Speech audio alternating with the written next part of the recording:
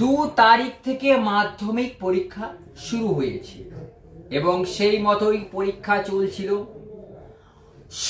সোমবার দিনে হঠাৎ করে পরীক্ষা, ইতিহাস পরীক্ষার দিনে এক ছাত্রীর সেন্স বুকে কষ্ট হওয়ার পরেই সেন্টারেতে তড়িঘড়ি কিন্তু সেন্টারে যিনি শিক্ষক যিনি পরীক্ষা নিচ্ছিলেন তিনি বুঝতে পারেন, সঙ্গে সঙ্গে কিন্তু অথরিটিকে জানায় যে স্কুলের যিনি প্রধান শিক্ষক, সঙ্গে সঙ্গে জানানোর পরে কিন্তু পুলিশ প্রশাসনের তৎপরতায় কেশপুর হসপিটালে চিকিৎসা হয় আর সেখানেই কিন্তু পরীক্ষা চলে।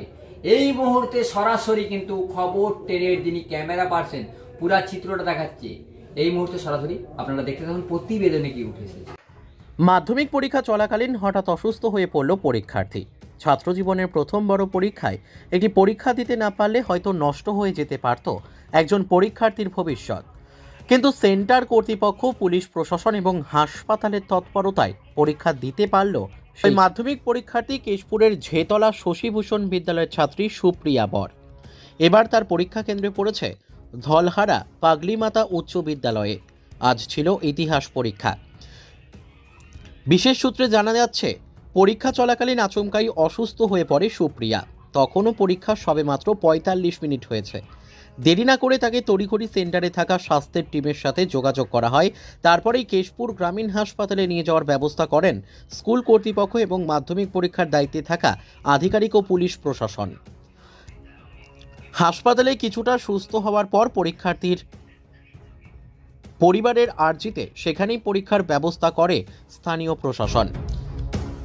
হাসপাতালের একটি আলাদা ঘরে পুলিশি নিরাপত্তার মধ্যেই সম্পন্ন হয় ওই ছাত্রীর পরীক্ষা। আপনার নিজের মোবাইলের মাধ্যমে খবর 10 কেশপুরের খবর পেয়ে যান খুব সহজেই। আমাদের ইউটিউব চ্যানেলটিকে সাবস্ক্রাইব করুন এবং পেজটিকে ফলো করুন। পাশে থাকুন, লাইক করুন, কমেন্ট করুন, শেয়ার করুন। সর্বদাই আমরা আছি মানুষের সাথে, মানুষের পাশে। কেশপুরের খবর নিয়ে সবার আগে আমরাই আপনাদের কাছে।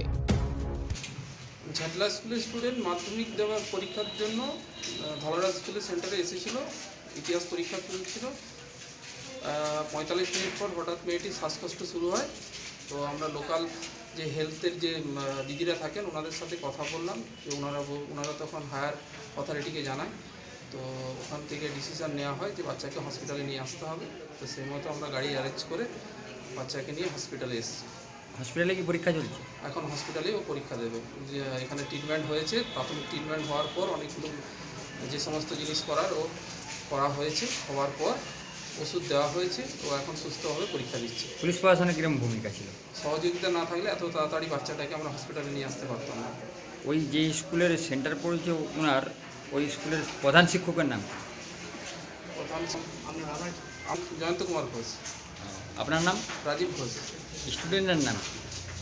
সুপ্রিয়া বর। ঝাটলা স্কুলের ছাত্রী? ঝাটলা স্কুলের স্টুডেন্ট।